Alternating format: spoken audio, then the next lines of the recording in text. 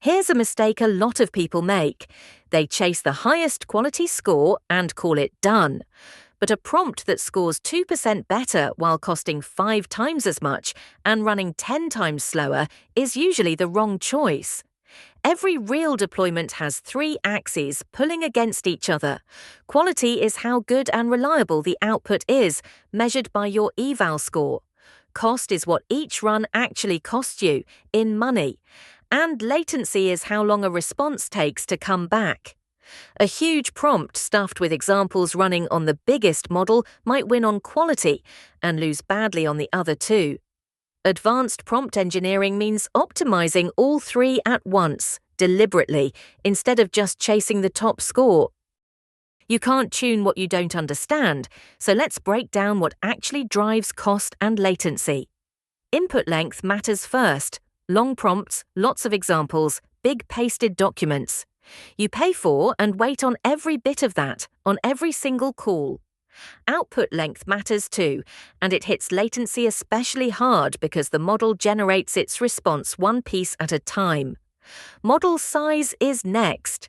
Bigger, more capable models generally cost more per unit of text and can run slower, while smaller models are cheaper and faster but may struggle on hard tasks.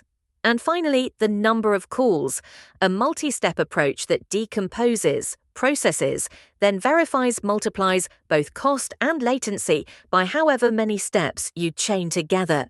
Memorize that shape, not specific numbers, since pricing changes constantly.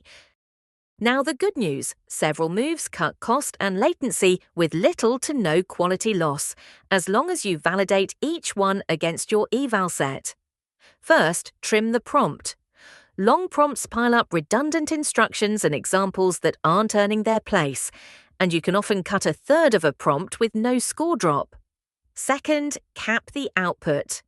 Asking for a summary under 50 words or only the raw JSON stops the model from generating expensive slow filler. Third, use the smallest model that passes your eval instead of defaulting to the biggest one.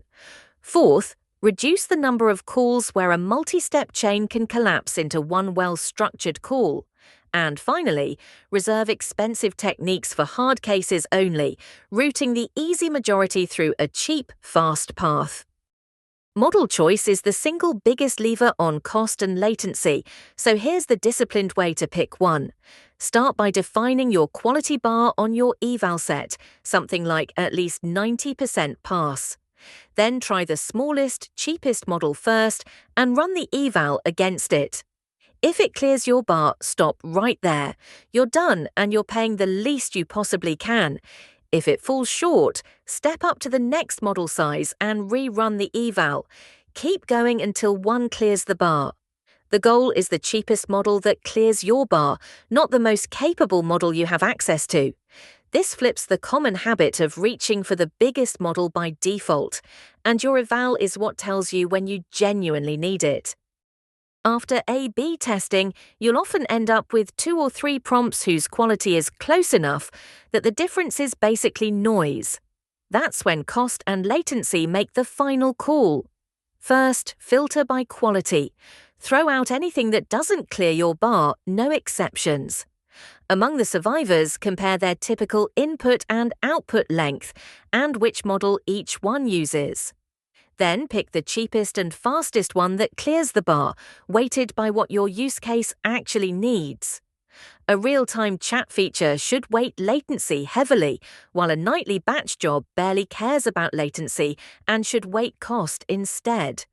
Finally, document the choice so it's defensible and repeatable later. The best prompt isn't the highest scorer, it's the one that clears your bar at the lowest cost and acceptable speed. That's the full advanced loop. You measure prompts with eval sets and rubrics instead of vibes. Automate scoring with a controlled LLM as judge. Use meta-prompting and tight refinement loops to improve against real failures. Get reliable structured output with validation and recovery. And now you optimize across quality, cost, and latency instead of chasing quality alone. That's what separates engineering a prompt from just writing one. Want to put this into practice right now? Head to this lesson on Free Academy AI and use the built-in prompt playground to test whether a smaller, cheaper model can still clear your quality bar, or paste the same prompt into ChatGPT or Claude and walk through the trade-off yourself.